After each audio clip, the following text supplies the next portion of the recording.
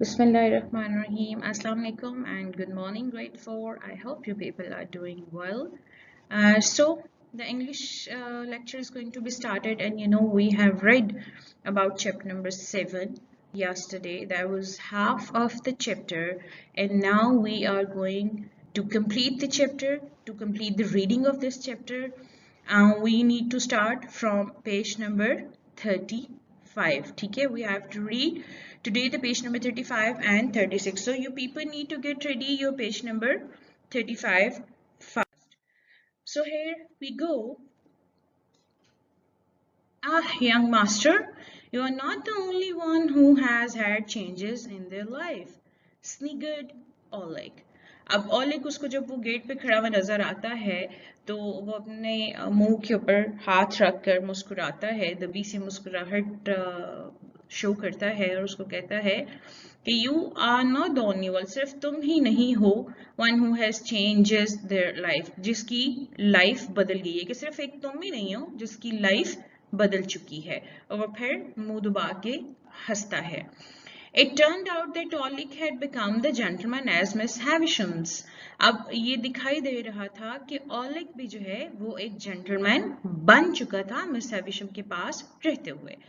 Go on, जाओ अंदर, you know the way, तुम्हें तो रास्ता पता है, said Oleg. ओलेग ने बोला। So Pip made his way upstairs. So इस तरह से पिप जो है वो सीढ़ियों के ऊपर चला जाता है in the dark, अंधेरे में, as he had done many previous occasions, जैसे कि वो पहले बहुत दफा जा चुका था। वो बहुत दफा मिस हैविशम को विजिट कर चुका था, तो उसको मिस हैविशम के घर का हर कोना जो है, यहाँ रूम जो है, उसके बारे में पता था। इसीलिए ऑर्लिक उसको कहता है कि तुम जाओ, तुम्हें तो अब रहनुमाई की जरूरत नहीं है, तुम्हें इस रास्ता जो है मिस हैविशम के रूम का जो रास्ता है वो तुम्हें पता है। So he went in. On entering Miss Havisham's room, Miss Havisham के रूम में जब वो दाखिल हुआ, he saw that she was not alone. तो उसने देखा कि वो अकेली नहीं थी। A beautiful well-dressed woman was sitting next to Miss Havisham. एक बहुत ही खूबसूरत खातून बहुत ही अच्छे लिबास में उनके पास बैठी थी। ठीक है, so we need to move on the next page. Here we go. How do you do, Pep? said Miss Havisham. अब Miss Havisham उसको मुखातिब होती हैं और बोलती हैं कि तुम कैसे हो। So you kiss my hand as if I were a queen. She continued. कहती हैं तुमने तो मेरे हाथ पे ऐसे किस किया जैसे मैं कोई क्वीन होती हूँ, कोई मलका होती हूँ। Then Pip looked into the well-dressed lady's eyes. उसके बाद पेप जो है वो देखता है उस खातून को जो बहुत अच्छे कपड़े पहने वहाँ बैठी होती हैं, and realized that it was Estella. और वो रियलाइज करता है कि वो कोई और नहीं है बल्कि एस्टेला है। She had changed so much. वो बहुत तब्दील हो चुकी थी। That he had failed to recognize her. Even वो उसको पहचानने में भी नाकाम रहा। वो इतनी चेंज हो चुकी हुई थी, इतनी बदल चुकी थी कि वो उसको पहचानने में नाकाम रहा। She was so beautiful that Pip felt like a rough common boy again. अब वो इतनी खूबसूरत हो गई थी कि पिप खुद को उसके सामने फिर एक बहुत ही रफ आम आदमी समझ रहा था। Miss Havisham sent them out for a walk in the neglected garden. Miss Havisham ने उन दोनों को अपने उस निगलेक्टेड गार्डन में भेजा वॉक के लिए। निगलेक्टेड यानी वो गार्डन जिसकी वो टेक केयर नहीं करती थी, बिल्कुल बगैर देखभाल के वो पड़ा हुआ था, हर चीज वैसी की वैसे ही थी। उनका गार्डन भी निगलेक्टेड था, उनके घर की तरह, उनके रूम की तरह, उनके रूम क्लॉक्स की तरह से। ठीक है। Pip was so happy to be with Estella. Pip Estella के साथ बहुत ज़्यादा खुश था. He wanted to deny everything and everyone in his old life prior to his great expectations. वो अपनी जो नई उसकी expectations थी, जो उसके नए aims थे, उनकी against वो अपनी पुरानी हर बात और हर शख्स को भुला देना चाहता था. You must know that I have no heart, said Estella, sensing his thoughts. उसके ख्यालात को झंझोड़ते हुए या उनको समझते हुए एस्टेला जो है वो उसको बोलती है, तुम्हें पता है कि मेरे सीने में दिल नहीं है, but how can such beauty as yours have no heart, question Pip. अब पिप उससे पिप ने सवाल किया कि ये कैसे हो सकता है कि तुम्हारी जैसी खूबसूरत औरत के पास दिल ना हो। I have no softness No sympathy, she answered. कहती है मेरे अंदर कोई नरमी नहीं है, कोई हमदर्दी नहीं है. Come, you shall not cry for my cruelty today, added Estella. अब वो अपनी बात को मजीद बढ़ावा देती है और उसको कहती है कि आज तुम मेरी क्रूलिटी की वजह से रोगे नहीं. लीनिंग ऑन पेप शोल्डर, पेप के शोल्डर की तरफ झुकते हुए वो उसको बोलती है.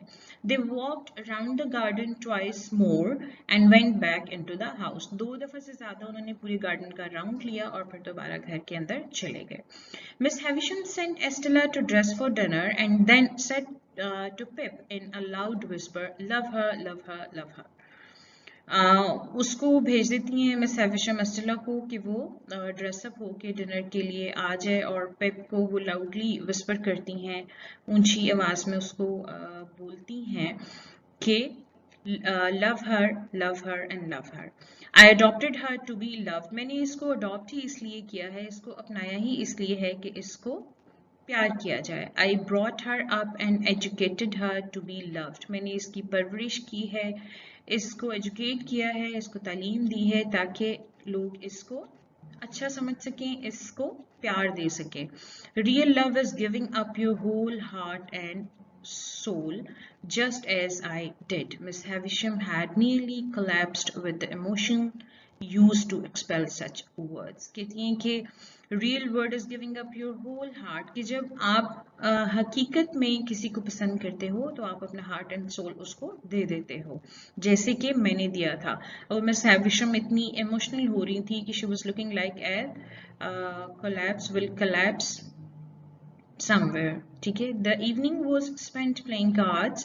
अब उन्होंने वो जो शाम थी वो कार्ड्स को प्ले करते हुए गुजारी. But the words Miss Havisham had spoken to Pip, लेकिन वो अल्फाज जो Miss Havisham ने Pip से कहे थे kept going through his head over and over again. वो बार बार Pip के दिमाग में आ रहे थे. Love her. Pip loved Estella because he found her irresistible and wondered when Estella would fall in love with him. तो वो चाहता था एक्चुअली कि she should like him and she should love her.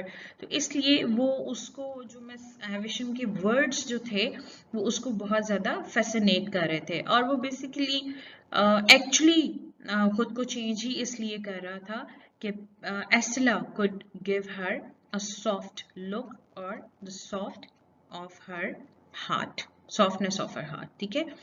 These thoughts made Pip so happy and strong.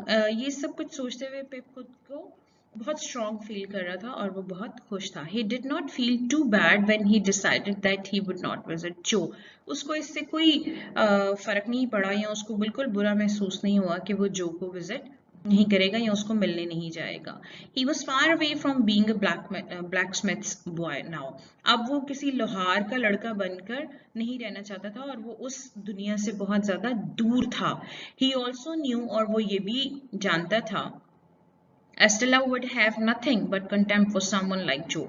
कि Estella कुछ भी नहीं करेगी, वो ऐसे जो जैसे लोगों से नफरत करने के अलावा कुछ भी नहीं कर सकती है या उनको बुरा समझने के अलावा कुछ भी नहीं. कंटेम्प्ट का मतलब बेसिकली होता है नफरत करना, किसी को बुरा समझना.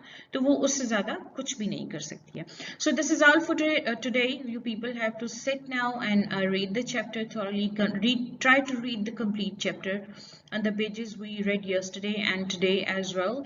You people read them carefully. If you still find any problem or any confusion, you could ask us. We could explain you again all about that chapter. ठीक है. Take care. Have a good day. Allah Hafiz.